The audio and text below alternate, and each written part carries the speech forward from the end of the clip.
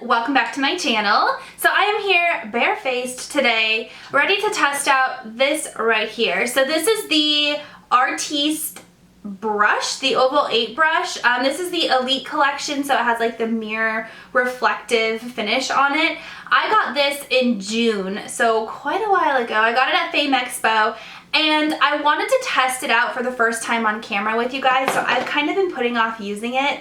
But these brushes have so much hype like right now. Everybody's talking about them. There's so many. I'm trying to open it, by the way. There we go. There's so many dupes out there on the market. Like if you search Artis brush on Amazon, there's like so many very affordable dupes that pop up. These brushes are really expensive. This one brush, so oh, popped out. Here's what it looks like. This one brush retails for $65. One brush, which I think is crazy. And it looks like an oversized toothbrush, like a really oversized toothbrush. So you have all these bristles. They're very densely packed, and you think of it like compared to a normal brush that looks, you know, something like this. It's kind of more fluffy. The bristles are long. The bristles are on the end of the brush, whereas this, you know, has like this lip right here, and it just looks like a toothbrush or a hairbrush. You know, I don't know. They're very interesting, but the purpose or the reasoning behind these brushes is they're a little bit flexible. So the head is a little bit flexible, which kind of scares me because I feel like it's gonna break. They're made out of plastic, so I feel, anyways, they're very flexible. So they're supposed to be able to like kind of mold with your hand. The reason why the bristles are on the side of the brush instead of the top of the brush like normal brushes are is because they're supposed to be for personal use. So when you're using a brush on yourself, it's just easier and more ergonomic if the bristles are on this side of the brush as opposed to the top of the brush. Because you think about if you have a brush like this, you have to hold it like this to apply your foundation. Well, this, you can keep your hand like this.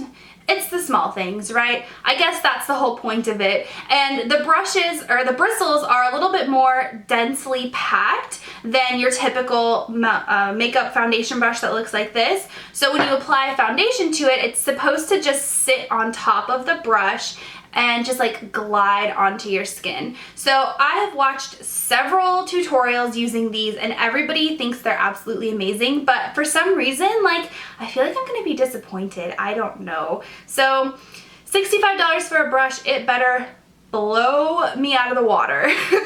Okay, well, let's do some priming first. So I have nothing on my face right now at all. So primer I've used over and over again, the Makeup Forever Step 1 Equalizer in the smoothing formula.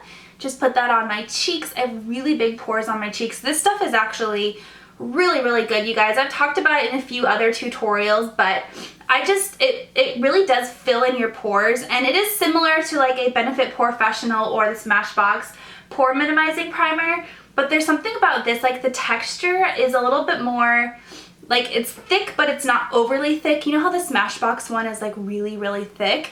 It's not quite as thick as that. It's like the happy medium,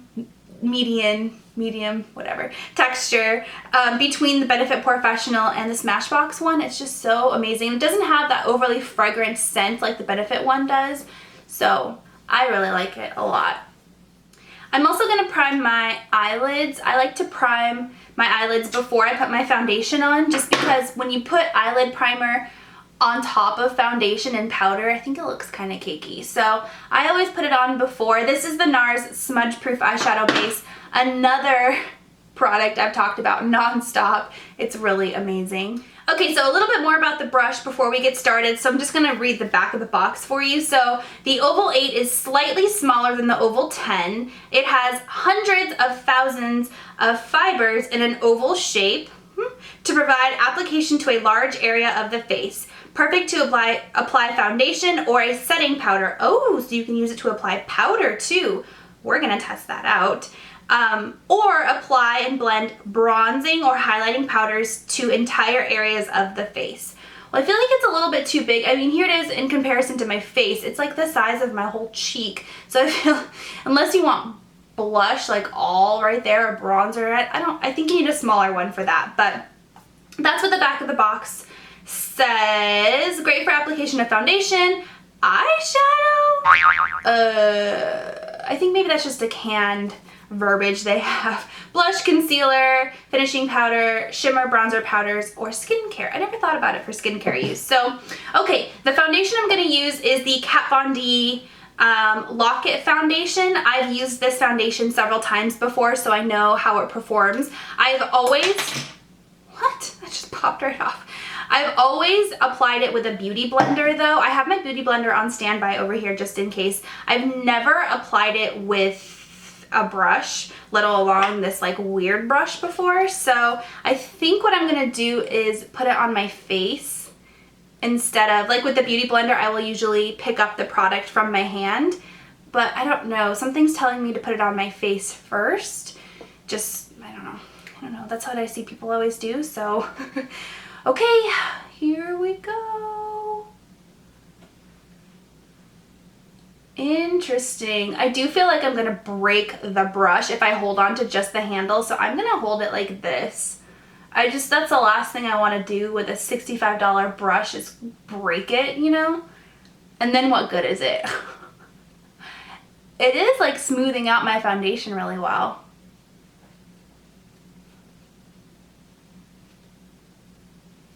Oh, I'm impressed. This is interesting. For some reason I thought it was going to be really difficult, but it's not difficult at all. What? And it's so fast. I almost feel like it's faster than using the beauty blender. Let's see my nose. It really like gets into that corner, like crevice of my nose really, really well. I think because it's bristles, so it like, you know, it can get in there. Very impressive. What is this? I feel like this is so quick. The beauty blender is quick too, but like this is really quick.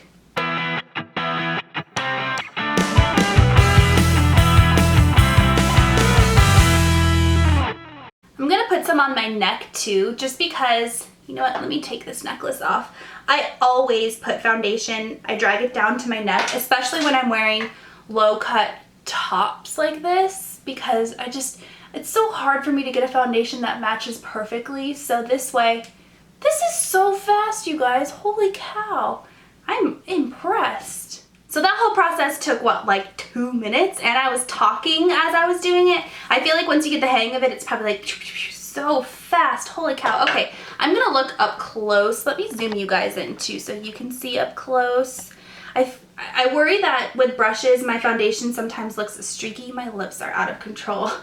I have a lot of foundation on my lips right now. That's okay, we'll fix it. But it doesn't seem to look streaky at all. Like it blended the foundation really well. It doesn't look streaky. Wow. I will say I do feel like I couldn't get, like for some reason right here, the foundation looks a little bit cakey. Can you guys see that? That's as far as it zooms in. Like right here, it looks a little bit cakey. So I am gonna go in with my beauty blender and just blend that area out a little bit. But that's the only place that like looks a little bit weird.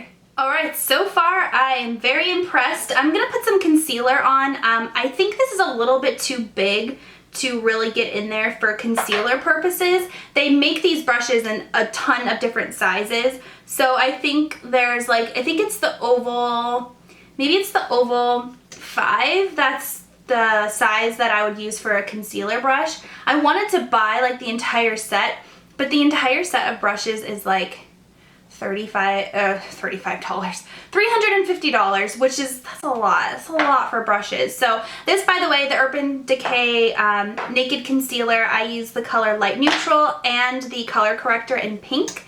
I mix them together just because I feel like I like the way that looks. So I'm gonna mix this in with the Beauty Blender because I don't think the brush will work. It's just a little bit too big for this area of my face.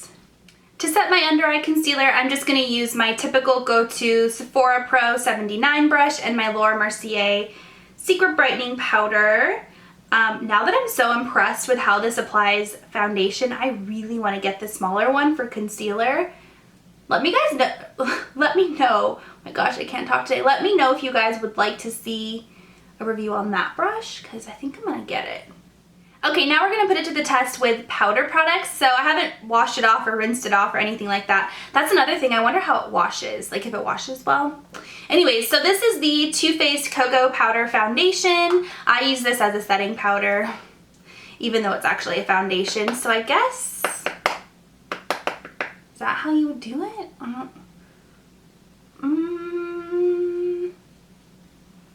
I can't tell. I'm afraid that I'm gonna like smudge the foundation underneath the cream product, you know what I mean? Because this is really dense and like, I don't know, this is weird.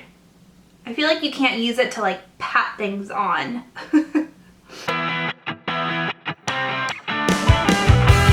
Okay, exactly what I thought was gonna happen happened. So let me zoom you guys in. You see that right there, that red mark right there? It's because I pushed too hard and it like smudged or like removed the foundation a little bit. I had a feeling that would happen. So now we're making it worse. Okay, hold on.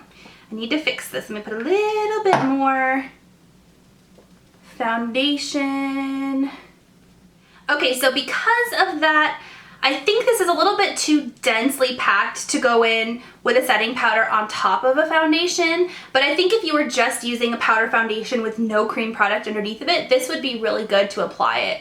I remember when I used to wear Bare Minerals foundation, I used to like really densely packed brushes, so I'll bet this would be really good because with that, you like to like, I don't know, like pack it. Setting powders I like to apply like this, not like buffing it in, you know what I mean? So I think it's, yeah, that's my thoughts on that. All right, guys, well, overall, I am like really impressed with this brush. I was not expecting this to perform well at all. I was expecting to hate it, to be quite honest. I scratched my nose with it just now, by the way, but I really like it. I might have found something better than the Beauty Blender. However, I feel like the Beauty Blender is very multi-purpose because it only comes in one size. Well, now they have it in multiple sizes, but for the most part, you could use the one size and do your concealer and your face and other things all at once. It's multi-purpose.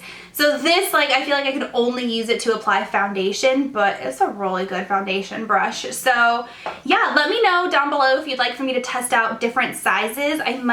Maybe I'll ask for the full kit for Christmas as a really good Christmas idea or something. So yeah, let me know if you'd like to see that review. And I think that's about it. So I'm gonna go ahead and do the rest of my makeup and maybe film some more videos. But thank you guys so much for watching, and I will talk to you guys next time. Bye.